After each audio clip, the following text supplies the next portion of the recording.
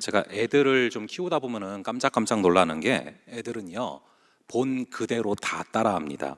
특히 이제 아들이 저를 많이 따라하는데 얘를 키우다가 4살이 넘어갈 때쯤이었는데요. 어느 날부턴가 4살짜리 애가 캔콜라를 계속 들고 있는 거예요.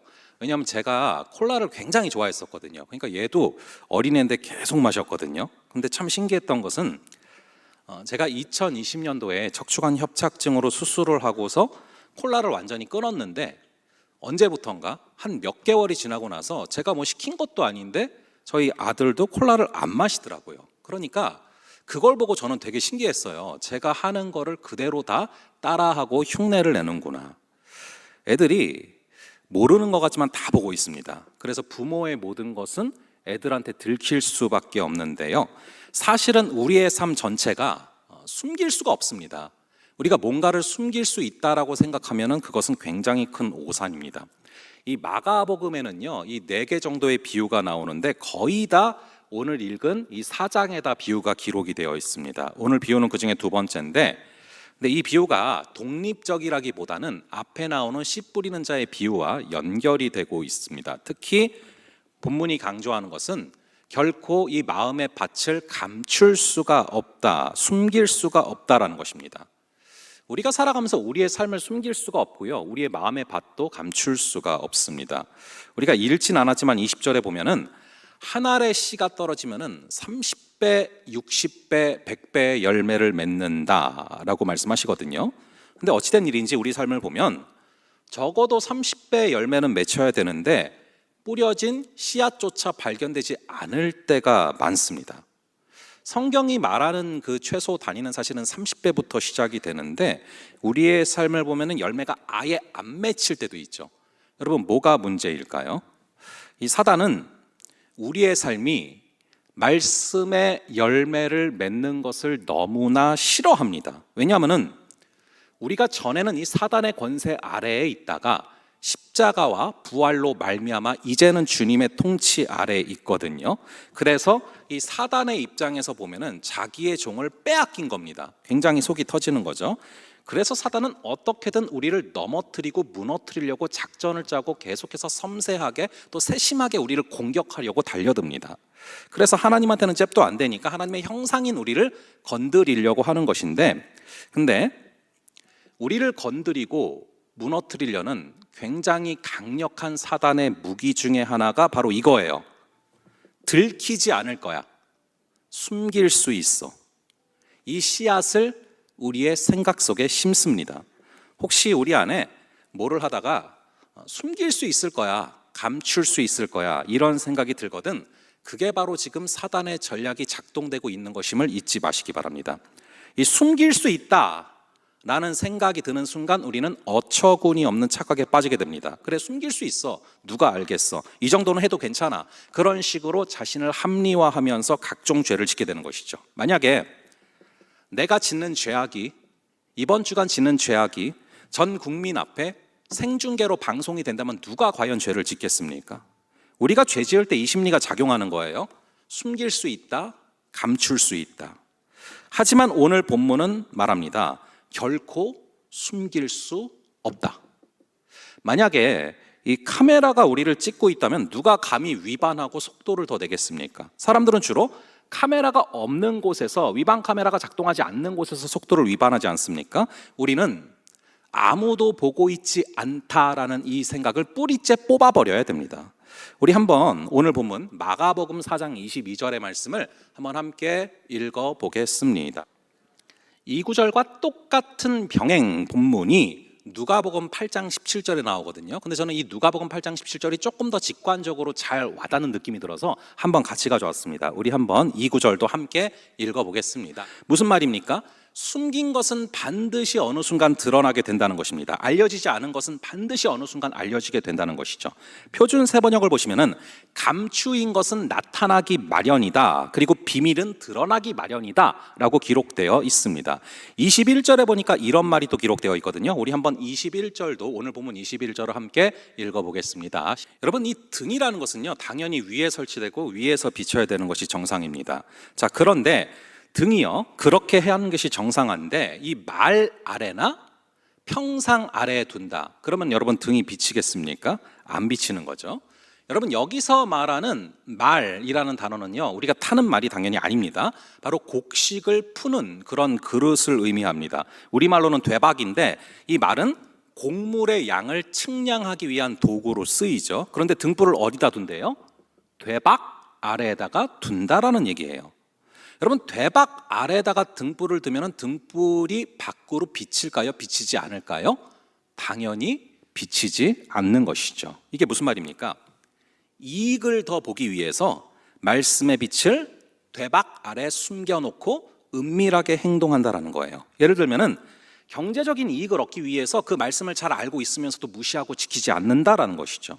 또 등불을 켜서 평상 아래에 둔다라는 것은 무엇을 의미합니까? 여러분 이 평상은 여러분 잘 아시겠지만 여름 같은 때 누워서 쉬는 곳을 의미합니다. 그런데 등불을 평상 아래에 둔다라는 것은 말씀을 지키는 게 버거우니까 쉽게 가려고 편하게 지내려고 평상 아래에 둔다라는 것이죠. 나의 안락함을 위해서 말씀대로 살려고 시도하지 않고 지키지 않는다라는 것입니다. 이 말씀의 빛이 떨어지면은 30배, 60배, 100배의 그런 열매를 맺어야 되는데 의도적으로 자신의 이익을 위해서 자신의 편안함을 위해서 말씀의 빛을 감추게 됩니다. 그리고서 속으로 하는 생각이 무엇입니까? 결코 들키지 않을 거야. 숨길 수 있을 거야. 하지만 안타깝게도 예수님의 주특기가 감추인 거 드러내시는 겁니다. 우리 한번 누가복음 2장 32절을 보시면은요, 시므온이 아기 예수님을 보자마자 이런 예언을 하셨거든요. 한번 함께 읽어보겠습니다. 시작. 이방을 비추는 빛이요 주의 백성 이스라엘의 영광이나이다 하니. 또 35절에서는 이런 예언을 하셨어요. 우리 누가복음 2장 35절도 함께 읽어보겠습니다. 시작.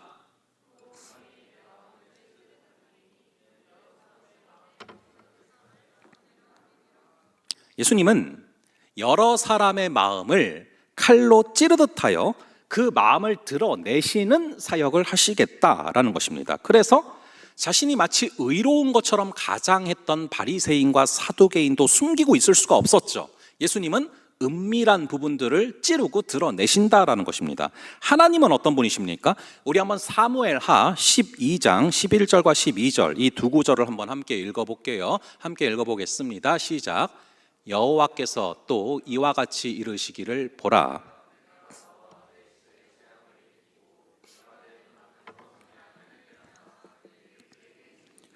그 사람들이 내 아내들과 더불어 백주에 동침하리라.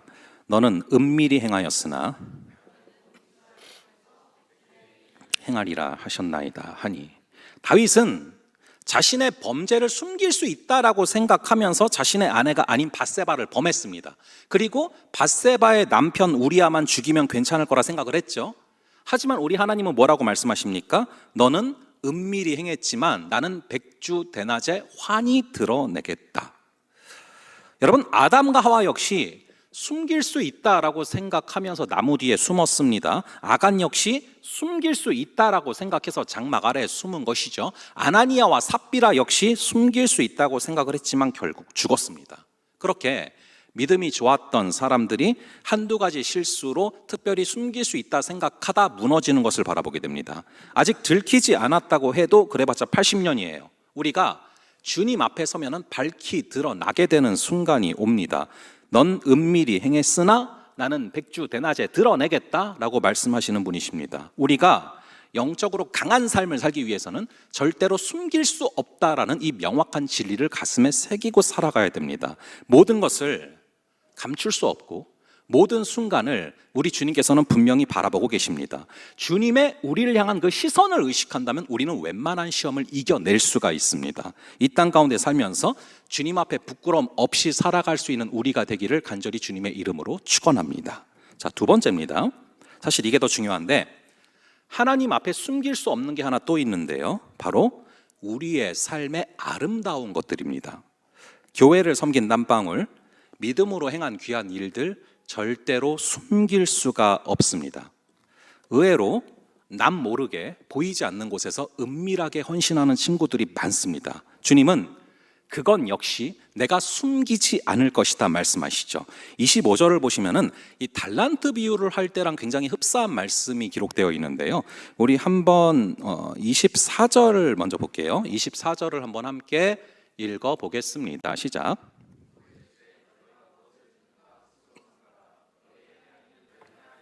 너희가 헤아림을 받을 것이며 더 받으리니 있는 자는 받을 것이요 없는 자는 그 있는 것까지도 빼앗기리라. 자, 이 구절을 많이 본 기억이 나시지 않습니까?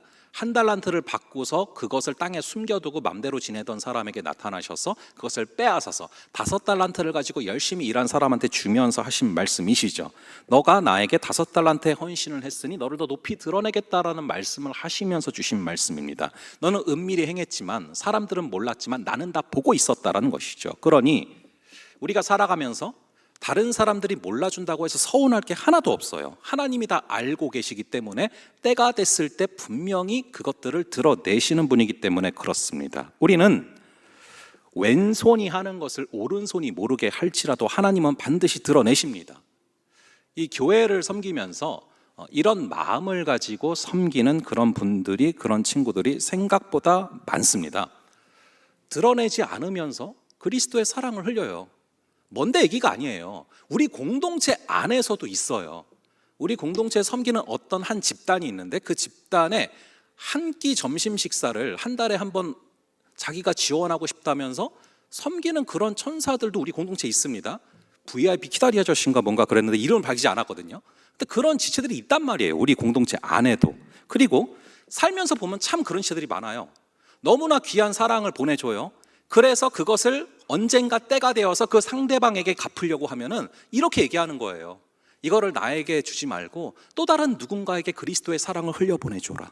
그런 분들이, 그런 선배들이 있었기 때문에 저도 지금 이 자리에 있는 것이거든요. 이런 은밀함의 미덕이 얼마나 귀한지 모르겠습니다.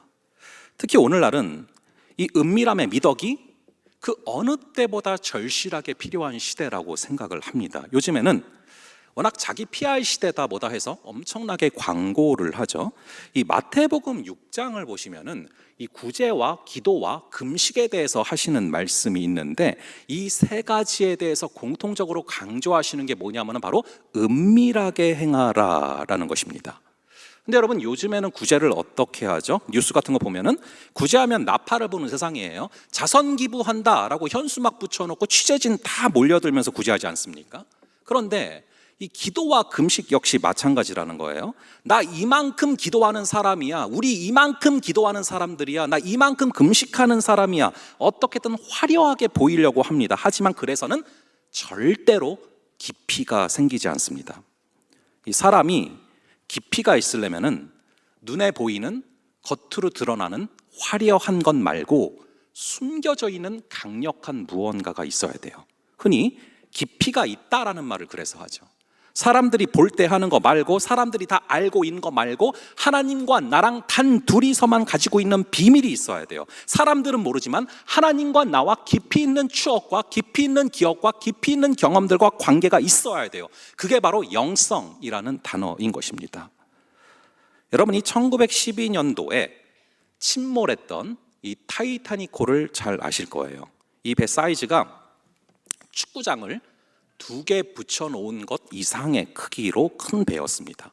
근데 이 배를 건조한 후에 사람들이 실제 매스컴에서 또 이 배를 건조한 사람들이 이 배의 별명을 뭐라고 지었냐면은 하나님도 침몰시킬 수 없는 배라고 별명을 지었어요.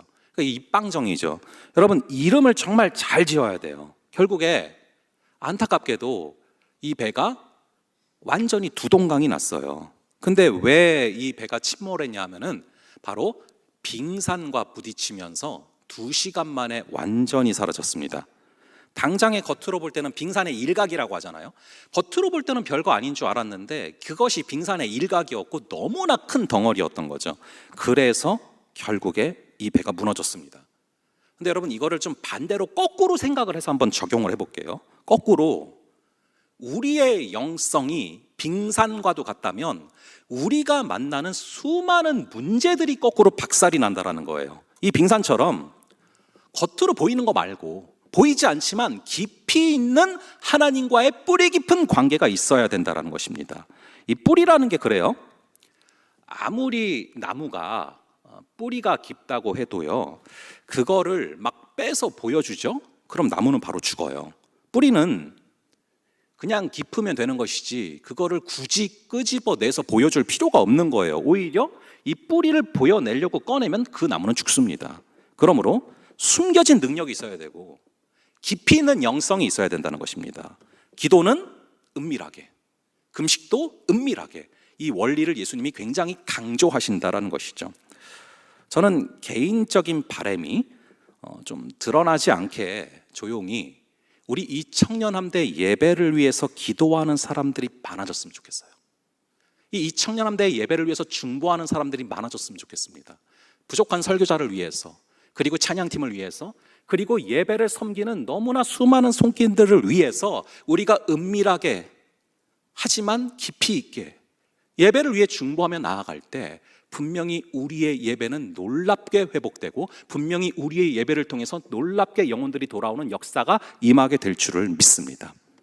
이 건설하시는 분들의 이야기를 들어보면요, 이 바위를 깰 때 그래요. 다이너마이트를 바로 던지는 게 아닙니다. 어떻게 하냐면은 선행되는 과정이 있는데 바로 깊이 땅을 먼저 파고 들어가는 거예요. 그리고 나서 거기서 터뜨리는 것입니다. 그러면은 폭발력이 훨씬 강하다고 해요. 근데 신기한 것은 예를 들어서 4m를 파고 들어가서 터뜨린다. 그러면은 파괴력이 4배로 강해지는 게 아니에요. 바로 세제곱의 능력으로 강해집니다. 4m를 파고 들어가면은 4 곱하기 4 곱하기 4니까 몇 배예요? 64배의 파괴력이 생긴다라는 것이죠. 우리 인생도 마찬가지예요. 우리 인생에 영향력과 파괴력이 생기려면은 깊이가 있어야 됩니다. 이러한 은밀함의 미덕으로 무장해서 기독교인들의 숨겨진 선행들이 있을 때 이 세상에서의 빛과 소금의 역할들도 감당할 수 있게 되는 것이죠. 이런 원리는 겉으로 드러나고 이 스포트라이트를 많이 받는 자리에 있는 사람들일수록 더 주의해야 되는 사항입니다. 남들 앞에 자주 서게 되는 자리에 있는 사람들이 있지 않습니까? 남들 앞에 많이 서는 사람일수록 더 은밀하게 행하며 더 주님과만 알고 있는 깊은 관계가 있어야 한다는 것입니다. 제가 제 자신한테 하는 얘기입니다. 저야말로 그렇죠. 이 말씀을 증거하는 설교자이기 때문에 다른 사람들보다 겉으로 드러날 수밖에 없는 기회들이 너무나 많이 있어요. 근데 이 겉으로 드러나는 자리에 있을수록 훨씬 더 보이지 않는 곳에서의 노력이 필요합니다. 이 설교자로 강단에 선다는 것이 어떤 측면에서는 영광스러운 부분도 있겠지만 그건 단지 눈에 드러나는 부분에 불과합니다. 이게 중요한 게 아니라 보이지 않는 곳에서 골방에서 교제하는 시간, 연구하는 시간, 설교를 준비하는 시간을 보이지 않는 곳에서 충분하게 가져야만 해요. 왜냐하면 보이지 않는 곳에서의 시간이 보이는 곳에서의 파괴력을 가져오기 때문에 그렇습니다. 근데 이것은 설교자만 해당되는 사항이 아니죠. 우리 모두에게 맡겨주신 귀한 사명들을, 귀한 사역들을, 귀한 여러분들의 사명들을 은밀함의 미덕으로 무장하며 걸어갈 때 주께서는 당신의 때가 됐을 때 드러내시고 더 강력한 사역의 파장을 허락하실 줄을 믿으시기 바랍니다. 또한 이 은밀함의 미덕을 갖춰야 되는 또 다른 이유는 그래야 우리가 넘어지지 않을 수 있어요. 이 은밀함의 미덕은 그래서 결국 자신을 살리는 길입니다. 겉으로 드러나는 시간이 많을수록 더 깊은 내면을 갖추고 있지 않으면 절대로 안 됩니다. 이 큰 배를 묵직하게 물속에 잠기게 하는 그 중심추를 밸런스드 라인이라고 합니다. 큰 배는 이 중심추가 견고하게 뿌리를 박고 있어야 넘어지지 않아요. 그게 바로 내면의 힘이라는 것입니다. 우리에게 귀한 소명을 주실 때 이거를 끝까지 감당해 내려면 분명히 내면의 힘이 있어야 되는데 이 내면의 힘은 은밀함에서 나온다는 것을 잊지 마시기 바랍니다. 그러하기에 반드시 여러분들이 자신에게 다음 질문을 던져봐야 돼요. 내가 하는 일 가운데 은밀하게 행하고 있는 일들이 무엇인가? 내가 하는 일 가운데 보이지 않는 곳에 투자하고 있는 것이 무엇인가? 그리고 은밀한 일에, 그리고 보이지 않는 것에 더 많이 투자할 수 있는 그런 저와 여러분 되기를 간절히 바랍니다. 우리 주님은 은밀한 중에 행하는 모든 일들을 다 놓치지 않고 지켜보고 계십니다. 왼손이 하는 것을 오른손이 모르게 섬기는 그런 귀한 친구들이 많아지는 역사가 있기를 바랍니다. 아무도 모르게 어려운 사람들을 구제하고 아무도 모르게 눈물을 흘리며 공동체를 위해서 간구하는 그런 지체들이 많아지기를 바랍니다. 그럴 때 사람이 갚아주시는 게 아니라 하나님이 갚아주시는 역사가 임하는 것입니다. 사실은 여러분 아주 중요한 원리예요. 사람들이 몰라야 하나님께 보상받을 수 있습니다. 내가 한 거를 사람들이 알면 하나님이 보상하지 않으신다라는 게 분명히 성경에 써져 있어요. 사람들이 몰라야 하나님이 직접 갚아주시고 그것은 사람이 주는 것과 비교할 수 없는 크기의 강력한 은혜가 임하는 길이라는 것입니다. 그리고 주님은 반드시 당신의 때에 모든 것을 드러내십니다. 이처럼 하나님께는요 숨길 게 없고요 숨겨질 수도 없어요. 그렇다면은 그렇기 때문에 우리는 이 세 번째 단계로 마지막으로 넘어가는 것입니다. 24절에 보니까 하나님 앞에 숨길 게 없다면, 숨길 수 없다면, 그리고 모든 것이 다 드러난다면 우리는 어떻게 해야 됩니까? 바로 그래서 삼가 들어야 한다라는 것입니다. 이 말은 조심하여서 자세하게 들으라라는 것이죠. 그냥 귀로 듣는 것이 아니라 온 감각을 살려서 그분의 말씀에 집중하라. 그래서 그 말씀이 내 삶에 뿌리를 내릴 수 있도록 최선을 다하라라는 것입니다. 이 아름다운 세상을 위하여라는 제목의 영화가 있는데 보다 인상 깊은 대목이 있었어요. 선생님이 학생들에게 묻습니다. 누가 지각을 하게 되는가? 그러자 학생들이 말을 합니다. 늦게 일어난 애가 지각을 해요. 그래서 선생님이 이런 말을 합니다. 그런 게 아니다. 바로 존경심이 결여된 사람들이 지각을 한다. 그렇습니다. 누가 주의 말씀을 어깁니까? 누가 하나님이 뿌린 씨앗을 품지 못하게 됩니까? 존경심이 결여될 때 그렇게 되는 거예요. 우리는 매 순간 바라보고 계시고 밝히 드러내시는 하나님을 의식하면서 날마다 주의 말씀을 삼가 들을 수 있는 역사가 있기를 간절히 바랍니다. 그런데 말씀을 삼가 들을 때 어떤 일들이 벌어진대요? 너희가 헤아리는 그 헤아림으로 헤아림을 받게 될 것이다. 즉 말씀을 삼가 듣고 헤아려 듣는 사람들을 주님은 더 헤아려 주시고 말씀의 은혜를 더 풍성하게 내리신다라는 것이죠. 그러면 영적인 빈익빈 부익부가 있어요. 은혜 받을 만한 사람들에게 더 큰 은혜를 주시고 은혜 받으면 또 그 은혜의 맛을 알기 때문에 더 은혜를 사모하게 된다라는 것이죠. 반대로 이 말씀을 삼가 듣지 않으면 열매 맺지 못하고 점점 은혜에서 멀어집니다. 그러면 하나님이 말씀하시죠. 너희가 헤아리는 그 헤아림으로 헤아림을 받게 될 것이다. 이 사장을 같은 하나의 맥락에서 이해를 하셔야 되는데 우리는 말씀 하나만 제대로 품어도 적어도 몇 배가 된다? 바로 30배가 된다고 말씀을 하셨어요. 그런데 하나를 헤아림으로 품지 못하면 그 하나마저도 없어진다는 것입니다. 말씀을 삼가 들으며 걸어갈 수 있는 그런 저와 여러분 되기를 간절히 바랍니다. 자, 마지막으로 한 PD의 이야기를 전하면서 마치려고 합니다. 여러분 이 바흐 아시나요? 바흐?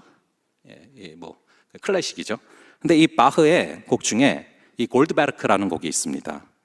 근데 이 곡은요 32장의 변주곡인데 굉장히 긴 곡이고요.